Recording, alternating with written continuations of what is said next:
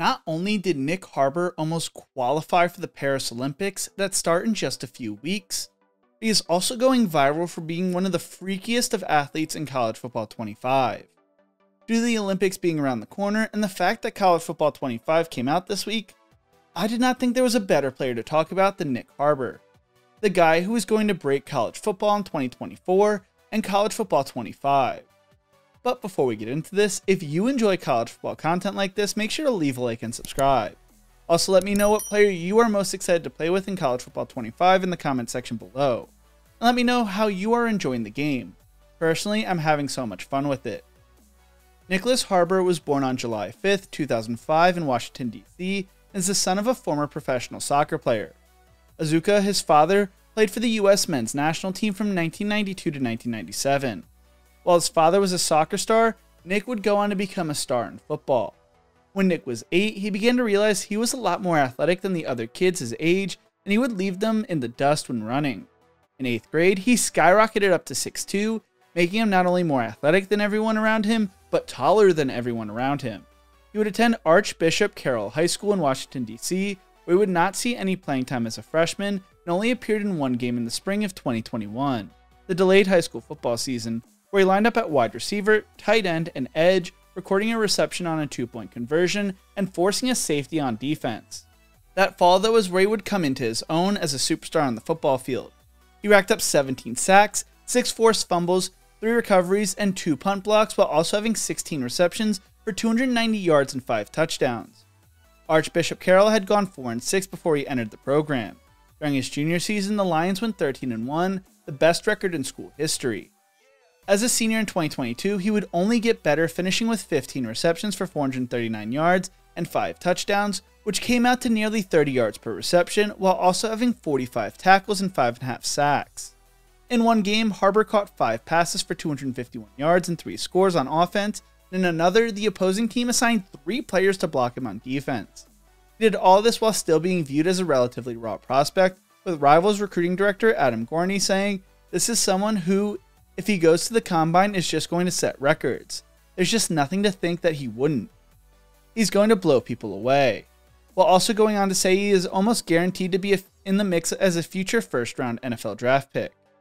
As a senior, he helped Archbishop Carroll to the Washington Catholic Athletic Conference Metro Division title and to the semifinals of the Class 2A playoffs, where they would lose to the eventual state champions 27-14.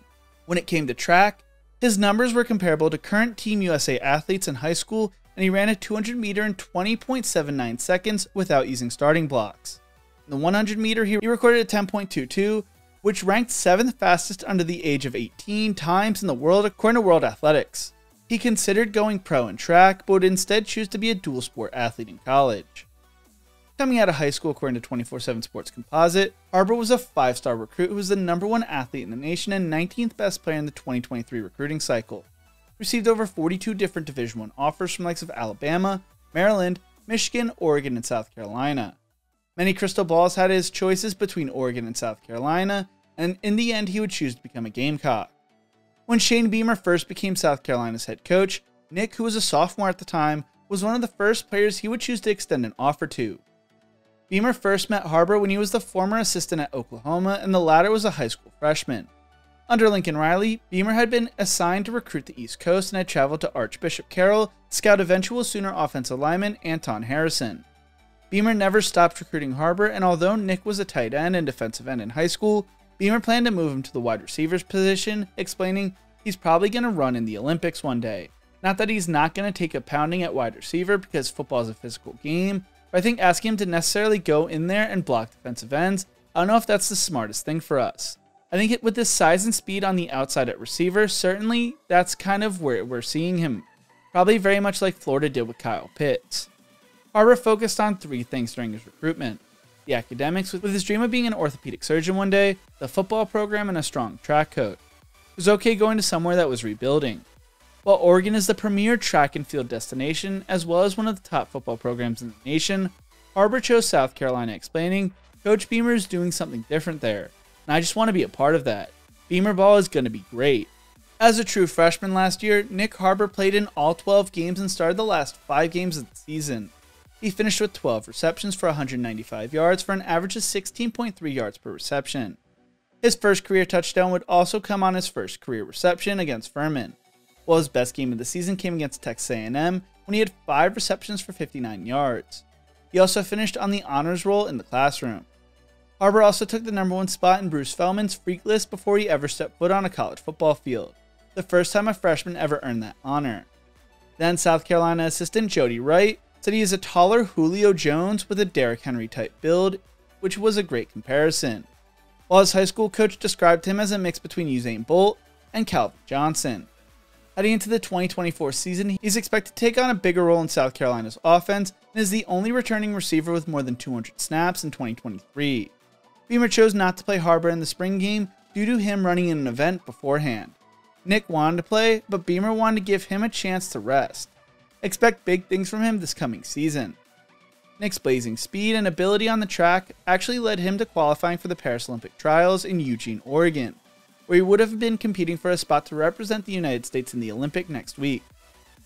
While he would qualify, he would choose not to go. A spokesman from South Carolina, Steve Fink, would explain, he and Coach Hall sat down and looked at the times compared to what other guys ran. That's the NCAA competitors he ran against 2 weeks ago, but also the pro athletes. The thought was that, best case, he makes the semifinals. The chance of him making the finals and the team were a long shot. Nyck has not been given a chance to rest all year, as he went straight from his freshman football season at South Carolina right into the indoor track season and later the outdoor season. By choosing to skip the Olympic trials, it allowed him to sit back and rest up for the first time since probably last summer. Had he made the Olympic team, he would have also had to miss the first 2 weeks of South Carolina's month-long fall camp.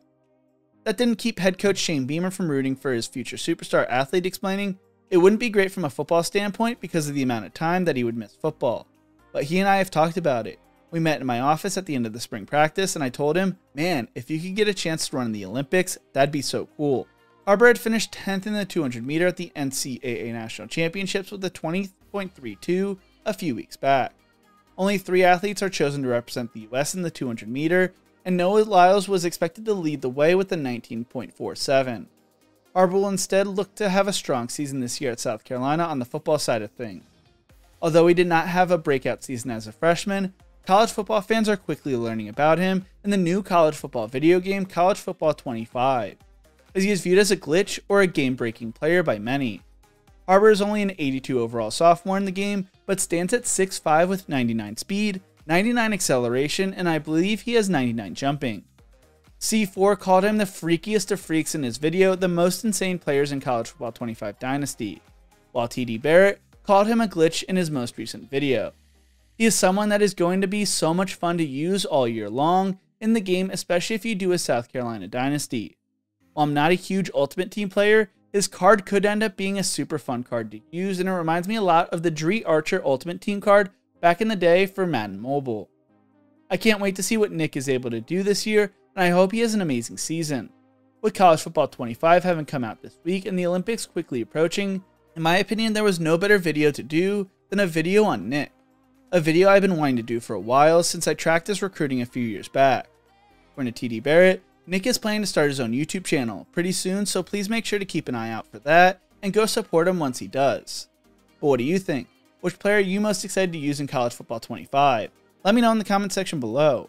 If you enjoyed this video, make sure to check out one of my other videos YouTube thinks you will love right here.